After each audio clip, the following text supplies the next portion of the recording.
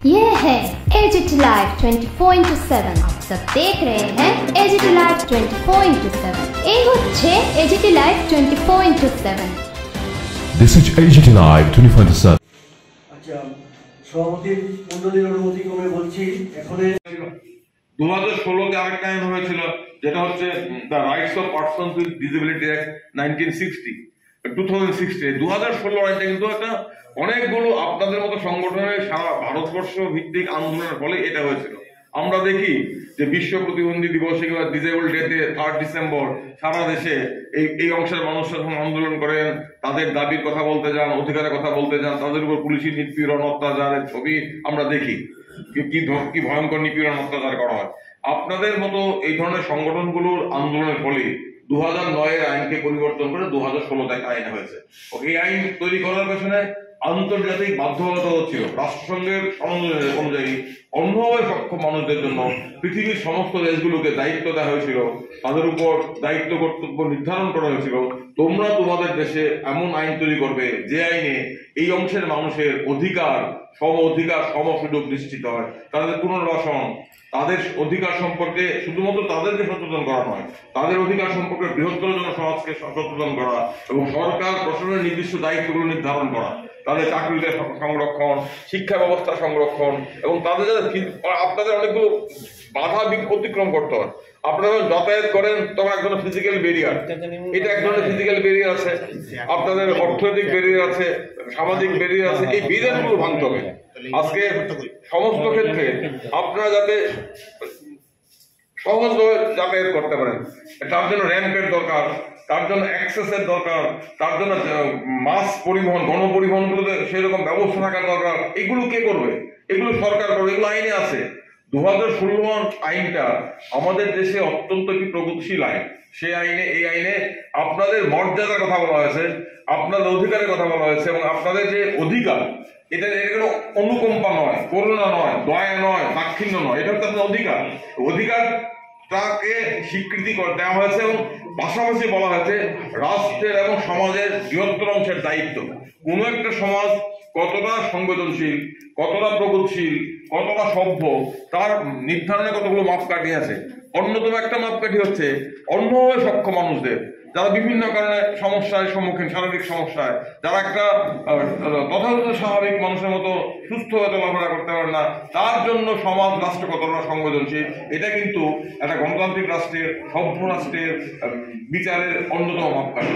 সেই কারণে এই আইনে অনেকগুলো কথা বলা হয়েছে। আমি অনুরোধ করব আপনাদের ত্রিপুরা প্রতিবন্ধী অধিকার মঞ্চের যারা দায়িত্বে আছেন তাদেরকে, এই 2016 আইনটা ইংরেজিতে আইনটা আছে, আমাদের অনেকের ইংরেজি পড়তে সমস্যা হতেই পারে। আমি অনুরোধ করবো এই আইনটার সারাংশ বাংলায় করে আপনাদের মধ্যে বিলি করা, যাতে আপনাদের প্রত্যেকের আইনটা থাকা জানা দরকার। আইনটা জানলে আপনারা বুঝতে পারবেন কি কি অধিকার আছে, সরকারের কি কি দায়িত্ব আছে। আমি আইনটা দেখছিলাম, সরকারের দায়িত্ব আছে এই অধিকার সম্পর্কে সচেতন করা, প্রতিনিয়ত গণমাধ্যমে করে না। সরকারের দায়িত্ব আছে একজন ডিসেবিলিটি কমিশনার নিয়োগ করা, যে ডিসেবিলিটি কমিশনার এই ধরনের মানুষদের সমস্যা সমাধান করার ক্ষেত্রে তিনি বিশেষ দায়িত্ব নিয়ে কাজ করবেন। আমাদের রাজ্যে এখন অব্দি পূর্ণ সময়ের ডিসেবিলিটি কমিশনার নেই। আমরা বিভিন্ন সময়ে ব্লাইন্ড দৃষ্টিহীন মানুষদের নিয়ে একটা মামলা করছিলাম, সেই মামলায় আমরা দাবি করেছি যে সর্বসময়ের জন্য একজন ডিসেবিলিটি কমিশনার নিয়োগ করতে হবে। বলা হয় যারা বিভিন্ন ধরনের শারীরিক প্রতিবন্ধকতায় রয়েছেন তারা কোনোভাবেই অন্যদের চাইতে ন্যূনম, অন্যদের চেয়ে তারা কোনোভাবেই কম নন। তাদের প্রত্যেকেরই যোগ্যতা আছে, তাদের প্রত্যেকেরই সক্ষমতা আছে। সেই সক্ষমতাকে স্বীকৃতি দিতে হবে এবং তার জন্যই আমরা আগে যেভাবে এই অংশের মানুষদের সম্বোধন করতাম, সেখান থেকে আমরা সরে এসেছি। আমরা বলছি অন্যভাবে সক্ষম। এই অন্যভাবে সক্ষম, আদারওয়াইজ অ্যাবল্ড, এই কথাটার মধ্য দিয়ে কিন্তু একটা স্বীকৃতি আছে। একটা স্বীকৃতি কি, যে যারা বিভিন্ন ধরনের শারীরিক সমস্যার সম্মুখীন, তারা কোনোভাবেই অন্যদের চাইতে তাদের গুণের ক্ষেত্রে, দক্ষতার ক্ষেত্রে কোনোভাবেই তারা কম নয়। যেটা আমাদের দায়িত্ব, সমাজের দায়িত্ব, সেটা হচ্ছে তাদেরকে তাদের গুণাবলীর বিকাশ করার জন্য সুযোগ করে দেওয়া, তাদেরকে একটা পরিসর তৈরি করে দেওয়া। এই পরিসর তৈরি করে দেওয়ার দায়িত্বটা বৃহত্তর সমাজকে গ্রহণ করতে হবে। তার জন্যই অধিকারের প্রশ্ন, এবং এই অংশের মানুষদের অধিকার বলতে আমরা যেটা বুঝি সম সুযোগের অধিকার। অর্থাৎ শারীরিক সমস্যার কারণে এই অংশের মানুষরা যাতে সমাজ জীবনে, অর্থনৈতিক জীবনে, নাগরিক জীবনে অংশগ্রহণ করা থেকে বঞ্চিত না হয়। অর্থাৎ তাদেরকে সমান সুযোগের পরিবেশ তৈরি করতে হবে। এই পরিবেশটা কে তৈরি করবে? একজন মানুষ যিনি হুইল চেয়ার বন্দী, কিংবা একজন মানুষ যিনি লাঠি নিয়ে হাঁটেন, দৃষ্টিশক্তির সমস্যা আছে, কিংবা অন্যভাবে তার শারীরিক সমস্যা রয়েছে, তার পক্ষে কিন্তু এই পরিসরটা এককভাবে তৈরি করা সম্ভব নয়। এখানেই রয়েছে সমাজের দায়িত্ব, রাষ্ট্রের দায়িত্ব, সরকারের দায়িত্ব এবং সমাজের অন্যান্য অংশের মানুষের দায়িত্ব। এবং তার জন্যই এই আন্দোলন সংগঠন করার প্রশ্ন। প্রথমত হচ্ছে সংগঠনটা আমরা কেন করব? সংগঠনটা আমরা করি কারণ এই সমস্ত অংশের মানুষ, তাদের মধ্যে যখন হীনমন্যতা বোধ তৈরি না হয়, তাদেরকে তাদের অধিকার সম্পর্কে, তাদের মর্যাদা সম্পর্কে, আত্মমর্যাদা সম্পর্কে সচেতন করা, যে আমরা কোনোভাবেই হীন নই, এই যে আমার এই শারীরিক সমস্যা তার জন্য আমি দায়ী নই। এটা প্রকৃতি, এটা অনেক ক্ষেত্রেই অনেকাংশেই দূর করা সম্ভব। আজকে বিজ্ঞান প্রযুক্তির সাহায্যে দূর করা সম্ভব। এবং প্রতিবন্ধকতার সাথে আর্থিক সামাজিক পরিস্থিতির অনেকটা ঘনিষ্ঠ সম্পর্ক রয়েছে। আমরা দেখি, যদি সমীক্ষা করা হয় ঠিক মতো, যারা সামাজিক আর্থিকভাবে দুর্বল, পশ্চাৎপদ, অনগ্রসর মানুষ, যাদের পরিবারে শিক্ষার সুযোগ কম, যাদের পরিবারে স্বাস্থ্য পরিষেবার সুযোগ কম, যারা সময় মতো চিকিৎসা নিতে পারেন না, যারা জন্মের পর ডাক্তারের পরামর্শ গ্রহণ করতে পারেননি, তারাই কিন্তু বিভিন্ন রকম শারীরিক প্রতিবন্ধকতার বেশি করে শিকার হয়। অর্থাৎ যেটাই বলতে চাইছি, এই প্রতিবন্ধকতারা অনেকাংশেই আর্থিক সামাজিক পরিস্থিতি উদ্ভূত। এবং আমরা সংগঠন করব এই অংশের মানুষদের মধ্যে আত্মমর্যাদা তৈরি করা এবং তাদের অধিকার সম্পর্কে তাদের সচেতন করা। ওই অধিকারগুলো আদায়ে সবাইকে সংঘবদ্ধ হতে হবে। কারণ আমরা জানি, সংঘবদ্ধ না হলে কোনো অধিকারই আদায় করা যায় না। আমাদের দেশে 2011 সালে সর্বশেষ জনগণনা বা সেন্সাস হয়েছিল। সেন্সাস হলে একটা সুবিধা হয়, সমাজের বিভিন্ন অংশের মানুষের পরিস্থিতি, আর্থসামাজিক পরিস্থিতি জানা যায়। 2011 সালে যে সেন্সাস হয়েছিল, সেই সেন্সাস থেকে আমরা আমাদের দেশে অন্যভাবে সক্ষম মানুষদের পরিস্থিতি সম্পর্কে কিছুটা ধারণা করতে পারি। সেখানে দেখা গেছে তৎকালীন সময় আমাদের দেশে জনসংখ্যা ছিল 121 কোটি টাকা, এটা 121 কোটি, এখন এটা দাঁড়িয়ে 140 কোটি অতিক্রম করে গেছে। তৎকালীন সময় 121 কোটির মধ্যে প্রতিবন্ধী মানুষ ছিল 2,68,00,000, অর্থাৎ মোট জনসংখ্যার 2.21%। এই এবং অর্থ দেখা যাচ্ছে আমাদের দেশে এই প্রতিবন্ধী মানুষের সংখ্যা, এটা 2011 ছিল 2,68,00,000, আজকে 2024 এটা আরো বেড়েছে। অর্থাৎ ঠিকমতো পরিসংখ্যান নিলে দেখা যাবে সমাজের কমপক্ষে 3% মানুষ এই ধরনের শারীরিক সমস্যার সম্মুখীন, এবং তাদের জন্য রাষ্ট্রের এবং সমাজের অনেক করণীয়।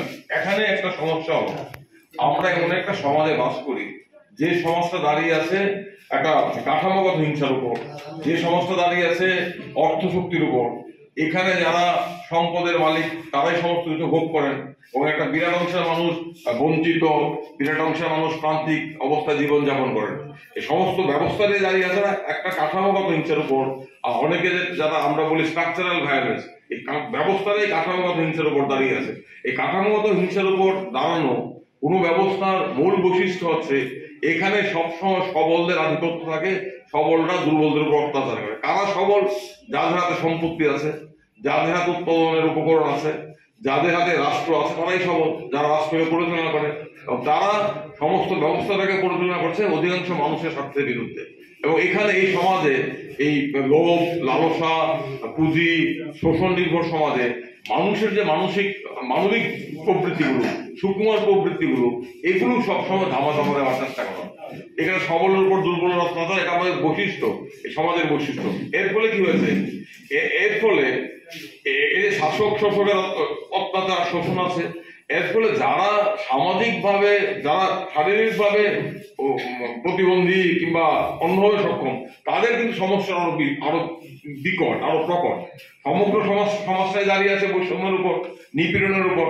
এবং এই বৈষম্য নিপীড়ন ভিত্তিক ব্যবস্থায় সবথেকে কুফল বেশি ভোগ করে তারা, যারা দুর্বল।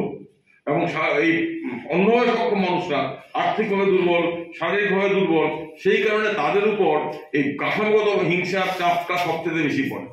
সেটা মোকাবেলা করার জন্যই সংগঠনের প্রয়োজন। এবং আপনারা জানেন 2000 সাফল্য কামনা করছি।